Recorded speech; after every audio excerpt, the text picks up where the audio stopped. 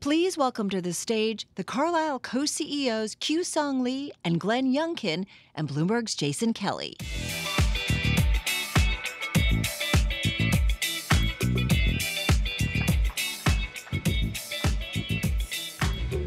All right, hello again. So I think this audience is now a little better caffeinated than they were when I was here this morning. I don't know. That seemed more rousing. That was good. I'm not making any judgments here. It's because the Caps won last night and everybody's excited. Right. Oh, goodness. Yeah.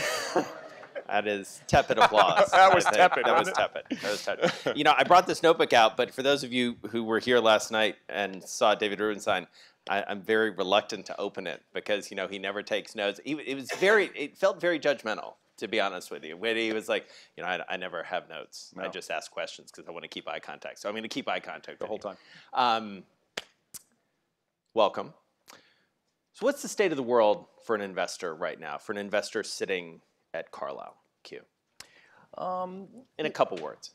I think what's interesting is we've been through a period of time which has been really a wonderful time to really invest. The real economy was growing, a lot of central bank liquidity, low volatility, rates were low, and it has shown up in our performance. Our performance has been terrific.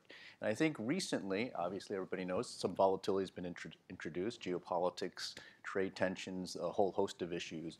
And I don't look at the volatility as an increase in volatility. I think we have to understand that there was an absence of volatility over the past 5 or 6 years. And now that the volatility is back, I think it's a little bit healthy because it allows us to avoid complacency. But let's be clear, valuations are high. The real economy is still pretty strong. It is very difficult to find great deals, but we have a great platform with which to do that. And the emphasis now for investing, I think, moving forward is not necessarily to buy things low to sell high, but to find those great companies where we can really add value, change the business plan, make real fundamental business improvements to capture private equity returns moving forward. Yeah. Valuations are high. You a net seller or a net buyer, Glenn? You know, we've actually been pretty stable over the course of the last 5 years, consistently selling. So we've had 5 consecutive years of exiting over $25 billion of portfolio value over that time period. 25 total. 25 billion, no, each year. Each year? Each year. And so we really haven't had peaks and troughs. From an investment standpoint, our investment rate has actually increased a bit, and it was just under $22 billion over the last 12 months. But that really is bringing on some of the new strategies that Q and I are pretty enthusiastic about in the credit business and in the real assets business. And so the overall investment pace has been maintained, and I think it's because of what Q said.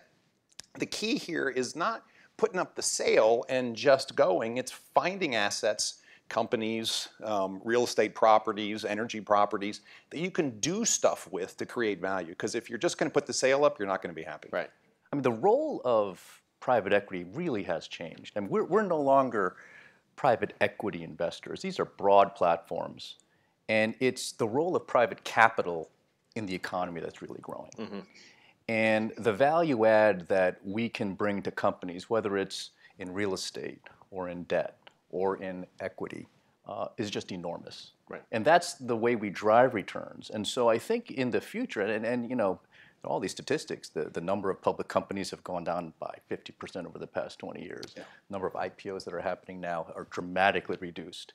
It's just the role of what private capital does for companies and in the economy has just grown, and I think will continue to grow over time. We spent some time together, obviously, on the interview that is featured on the cover of Bloomberg Markets Magazine. It's available on newsstands now. Please check it out. Shameless. But one of the things that you guys talked about that really struck me in that interview was this notion of where we are in the cycle and essentially not getting out too early, not being the risk of being overcautious. Glenn, talk more about that. How do you guard against that? Well, first of all, when we now have enough data over the last 20 years in private capital to actually see the private capital performance through what was the worst downturn we've all experienced in the great financial crisis. And we all look back at that, and the big mistake that anyone made was actually trying to time the private capital markets. Because if you wait, you're going to miss the opportunity to invest and stay consistently invested. And the second reality is that 60 to 70% of the value that's created in private capital-backed investments comes from operating performance. And so that hesitancy to invest because we think prices are high right now really, in fact, causes folks to have a gap, and as a result, have holes in their portfolio, and to wake up and say, I'm underinvested. I wanted to have 10% in my private equity portfolio or private real estate portfolio, and I'm at 4 because I missed a whole 3 or 4 year period of investing. And so what we've really been talking about with our investors is, first, this value creation approach. Second of all, staying consistently invested. And third, having an open dialogue about, yes, maybe there's a period of time where we just can't find quite enough to do and we pull back a little bit, or there's a period of time where, because of 2 years of work, we find lots of good stuff to do, but consistently working hard to find deals that fit that quotient. And how does that fit in with your investors' mood at this point, Q? Yeah, it's a great question. I think the industry as a whole has given back about $1.50 for every dollar we've called from them. That in addition to, over the past several years, okay? And in addition to that, with asset values generally going up and them having to readjust their allocations, they find themselves awash in liquidity to try to figure out how to actually invest that. And it's as you know, the alternative asset management class, in every single product you can talk about, has had really good relative outperformance relative to public indices. So they're trying. The real issue for them right now is how do we deploy? Yeah. And so the value of a platform that can take in large amounts of money, responsibly manage it, and give back even greater sums of money is a really important value add that is missing, that they look for, is the ability to actually deploy and actually also get good returns. And so I think the biggest issue, and my take on it, Glenn's absolutely right in terms of consistently investing. When you walk around the world and talk to CEOs and CIOs at some of our major clients, their biggest worry, despite all the volatility that's happening, is not one of a mark to market this quarter or next quarter. It's what's the risk if we're underinvested and asset values keep going up? To miss out on 10 to 15 or 20% of upside in a still relatively low yield environment is really penal. Right? And so for them, the real challenge is how do we keep deploying into this asset class with responsible investors, just because of that relative outperformance has occurred, and to avoid being underinvested in this asset class. So we've talked about private investors, and you mentioned their mood.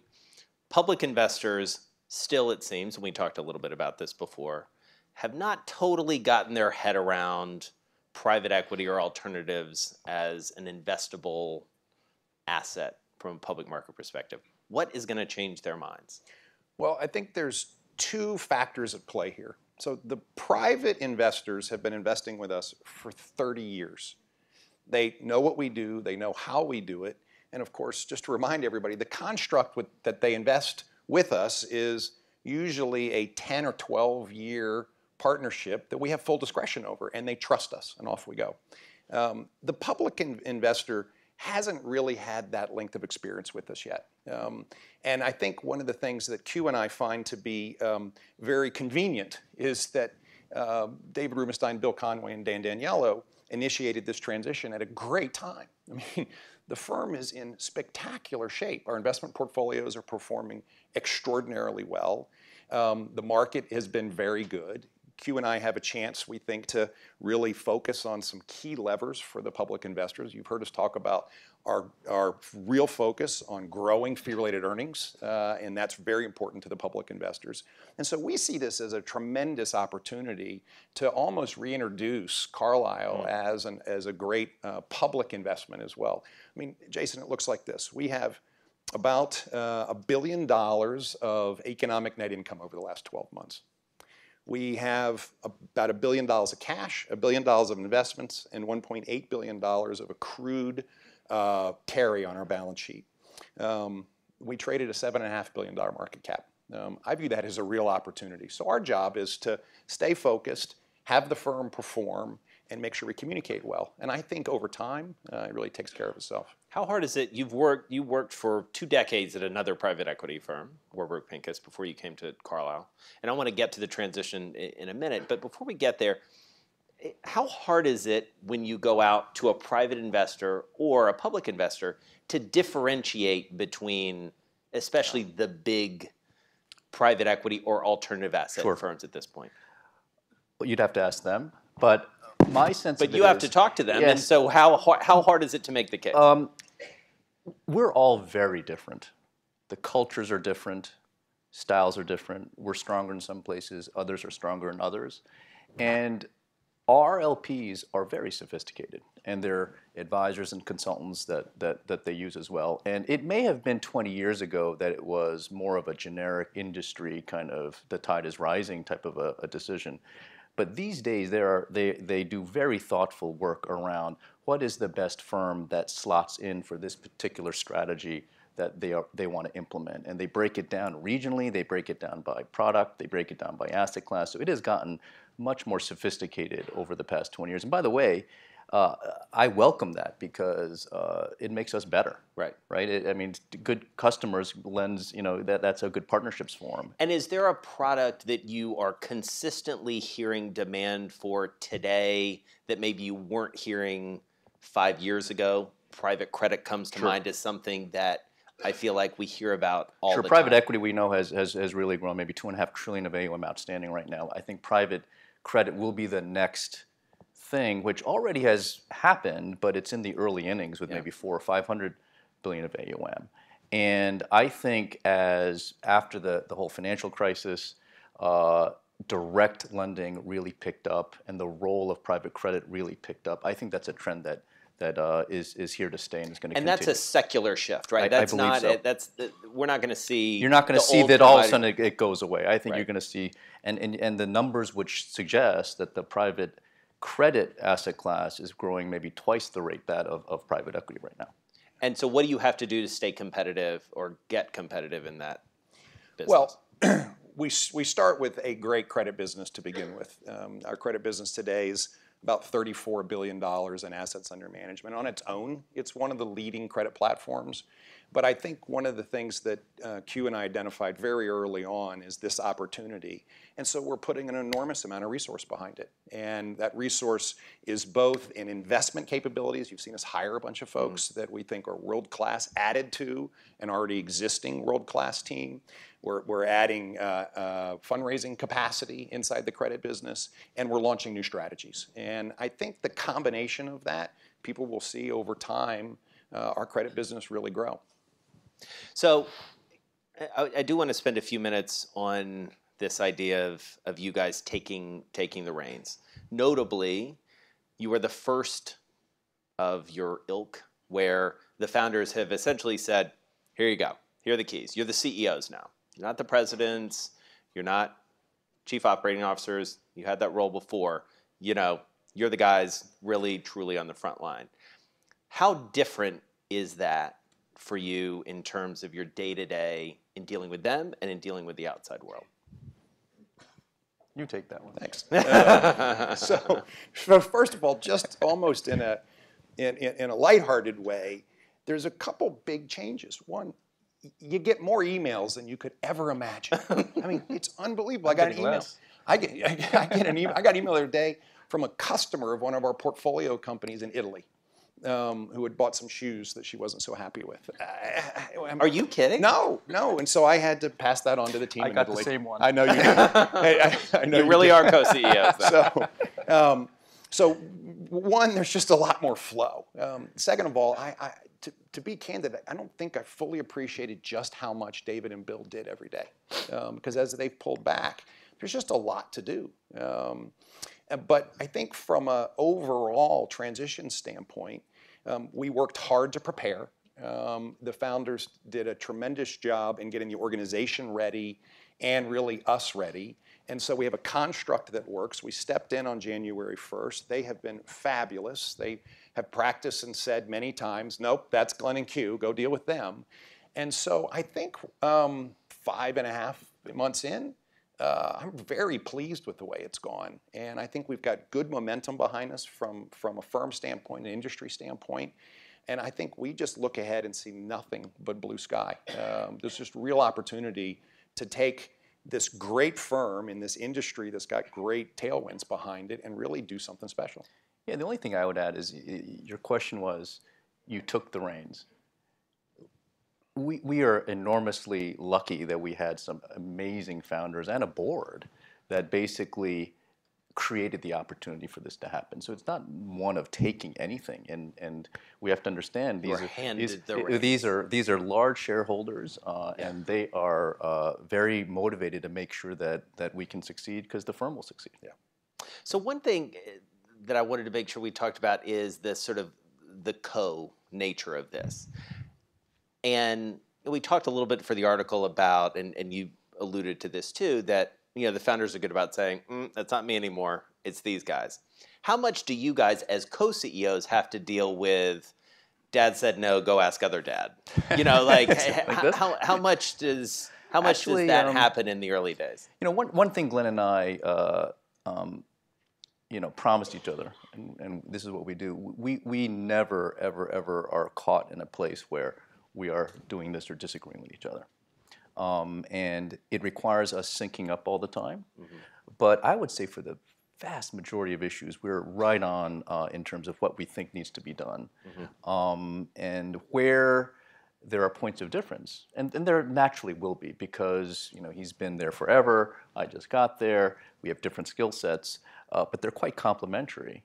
And it's in that different point of view where actually better ideas occur around how to get things done, or this is the right way to do this issue, or maybe we should avoid that and deal with this one now and deal with this one later. Mm-hmm. But for the big picture stuff, we're very much in sync. But it does require that we sync up, and that's what we do. And I think having certain areas that are just, Q, you're on point there, and go deal with it, and I got over here, and I trust you, and you trust me, that just matters. Because if you're having to discuss every possible decision you have to make, one, the organization grinds to a halt. Right. But then second of all, neither one of us is really getting a chance to put on our track shoes and run. And so we've just said, you got those parts, you got these parts. On these issues, we'll come together and talk about them.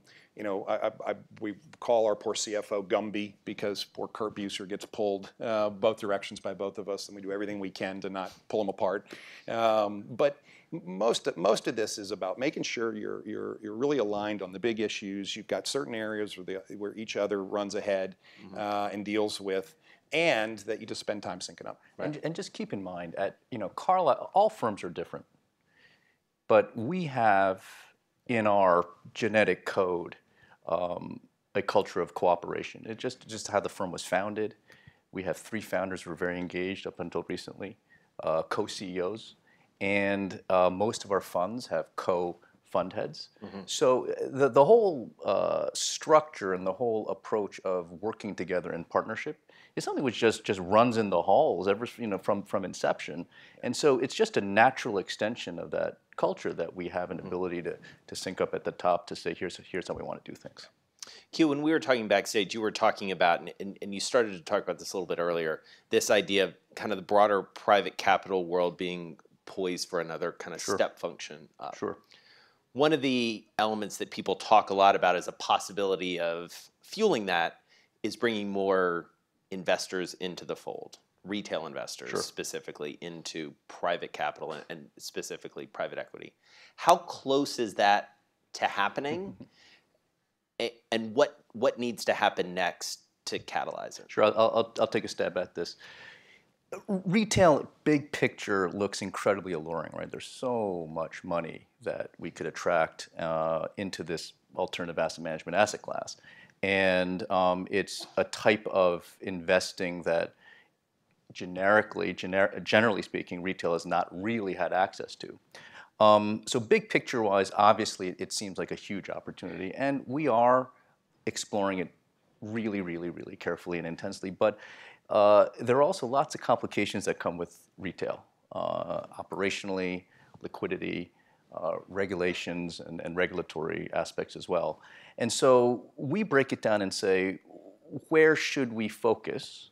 And it may not be that private equity is the best place for it. It may be that parts of credit and parts of real estate may be better suited initially for some type of retail or more permanent capital type of structure. And I think you're seeing that. So you're seeing in real estate folks in our industry buy REITs or have more open-ended funds to create a sense of permanence and attract more high net worth investors into them. I think you're seeing in the private credit class certainly fund structures that are being designed which attract more retail investors, and we have These one are of those. BDCs and BDCs the for sure, which we've done obviously, but also certain types of RICs and other types of products. But I think you'll see this certainly take on, and firms are really going to focus resources around it. But I don't necessarily think you're going to see it widespread across every single private asset class. I think there's certain products which are more amenable to retail than others. Right. Yeah. I want to spend the last couple minutes we have just doing a quick around the world because one of the hallmarks of Carlyle since inception, owing to your predecessors and the founders, David Rubenstein's personal ubiquity in terms of raising money around the world, but also the deal making that happened in a lot of overseas regions. You, Glenn, were specifically a part of that, going to Europe earlier in your career. Where are the real pockets of investable opportunity at this point as you look around the world? And maybe let's start with Europe. It's been in the headlines a lot, whether it's Italy or other places. Yeah. How does Europe feel right now? So Europe actually feels very good. The European economy continues to perform well. It's growing at about 2%. There are pockets of news between Brexit and Italy, and maybe Greece every quarter has its quarterly report. But the net takeaway in Europe is you have a European economy that is both being driven by exports and it's being driven by consumption. And that results in a much stronger European economy than we have seen in a long time. We think Europe's 4 years behind the United States in its recovery. If you remember, companies in Europe didn't really compress their cost structures when the economy went down, and as a result, as revenues recover, margins expand faster. And so we see Europe to be, from an economic standpoint, steady and stable and growing, and that tends to lend itself to a good private equity environment, a good real estate environment, a good energy environment, a good infrastructure environment, and a good credit environment, and that's where we're spending our time.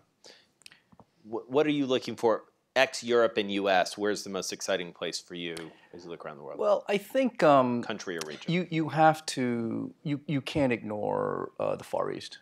What we're seeing in China, 6.5% growth. This is despite the financial deleveraging that has occurred, and the tremendous growth in the consumer sector that's happening there. The opportunities in tech and also in healthcare. It just can't be ignored. So I think you're going to see real opportunity there. Believe it or not, Japan is not only growing in real terms, but there's a fundamental restructuring happening. Not only with large corporations needing to spin off and sell subsidiaries, but also privately owned firms that need to transition to a next form of ownership. And so we're seeing tremendous opportunity in Japan as well. India, of course, also with very high levels of organic growth potential. And so I think the Far East you can't ignore. I would say though that our asset class, we can make. We're designed to find deals and make money through good cycles and bad cycles because it's a longer term orientation that we have. And even though we're talking in real economy terms about growth here, and Europe's a little bit behind, and so that's where some opportunity is, I also think you can't ignore the fact that as volatility picks up, you will see signs of distress, and then we have distressed investing strategies that'll find opportunity. or we have credit opportunity strategies that will figure out ways to make money when there's volatility. So in good times and in bad, with the right perspective, I think even though you started with kind of is it a buyer or a seller type of mentality, I think there's just lots of opportunities looking further out. So buyer or seller, you say yes. I say there's always a buyer and a seller in every transaction. Great. Kewsong Lee, Glenn Youngkin, thanks so much for spending Thank you very much. Thank you very much. Thanks for having us. Okay, thank you.